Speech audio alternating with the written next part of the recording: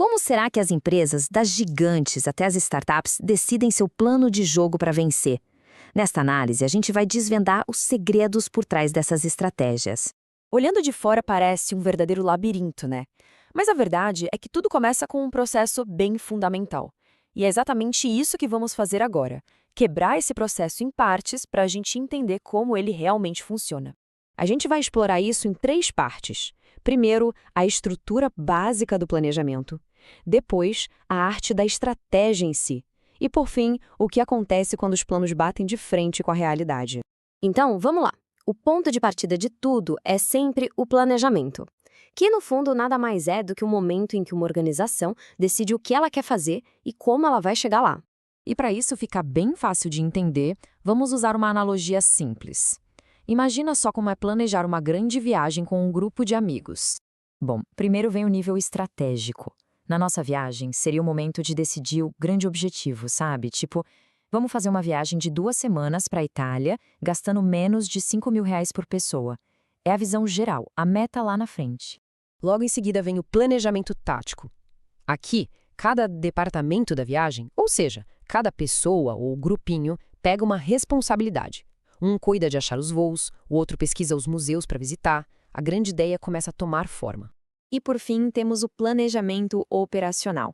Esse aqui é o detalhe do detalhe, o dia a dia. É o itinerário da viagem. Terça-feira, às 9 da manhã, encontro na frente do Coliseu. É a ação acontecendo na prática.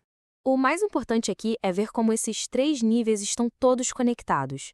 Como a gente vê na tabela, tudo flui do estratégico, que é de longo prazo e pensa na organização inteira, passa pelo tático, que já divide por áreas, e chega no operacional, que é a tarefa do dia a dia. Um leva ao outro. Agora sim, vamos aprofundar no conceito de estratégia. E olha, é bem mais do que um simples plano. É o caminho que uma empresa escolhe seguir para navegar no mercado e, claro, alcançar seus objetivos. E tem um guru da administração, o Henry Mintzberg, que defendia que estratégia é um conceito muito mais rico. Para explicar isso, ele dividiu a ideia nos famosos 5 Ps. Essas 5 perspectivas são geniais, porque mostram que a estratégia vai muito além de um documento formal. Ela também é sobre táticas inteligentes para enganar um concorrente, sobre um comportamento que se repete com o tempo, sobre o lugar que a empresa ocupa no mercado e até sobre a personalidade dela. Olhar para esses 5 pontos ajuda a ver o quadro completo. Vamos pegar a ideia de estratégia como pretexto ou uma manobra. O exemplo de La Casa de Papel é perfeito para isso. Imagina uma empresa que anuncia aos 4 ventos que vai construir uma nova fábrica, só para assustar o concorrente e fazer ele desistir de expandir. Mesmo que no fundo ela nunca tenha a intenção de construir nada. Pura malandragem estratégica. E aqui a gente vê a estratégia como um padrão. A famosa decisão do Henry Ford de oferecer um modelo T só na cor preta, isso se tornou um padrão tão consistente, uma ação repetida tantas vezes, que virou a própria estratégia da empresa. Nem precisava estar escrito em lugar nenhum.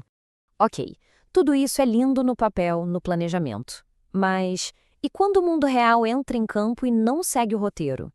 É exatamente aí que a gente percebe a diferença entre uma estratégia deliberada, que foi planejada desde o comecinho, e uma estratégia emergente, que, bom, ela simplesmente acontece, surge do nada.